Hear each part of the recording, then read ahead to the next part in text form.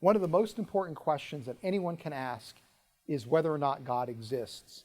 And over the centuries, philosophers and theologians have wrestled with this question and have produced a series of arguments known as the cosmological arguments for God's existence.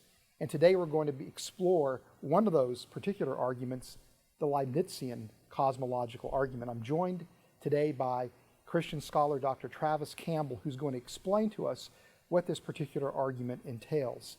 Travis, so what is the Leibnizian cosmological argument?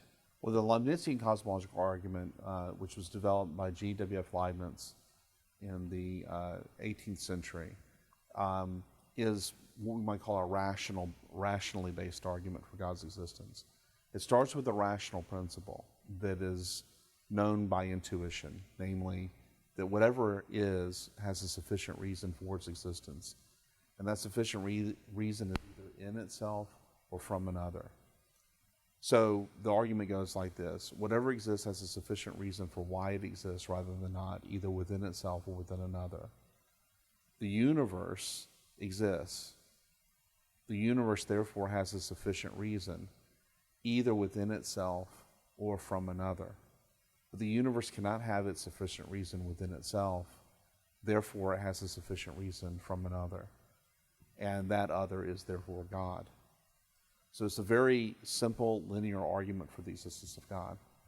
So how popular is this particular version of the cosmological argument? I've never heard of this argument before this program. Who are some of the people that advocate for this argument? It's actually going very strong in the academy. There's been sort of a renaissance of this argument, mainly through the work of Alexander Press, who's given a reassessment of the principle of sufficient reason.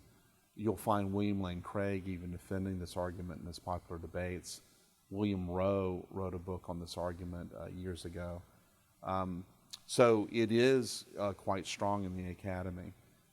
The issue is ultimately, what do you think of that principle of sufficient reason?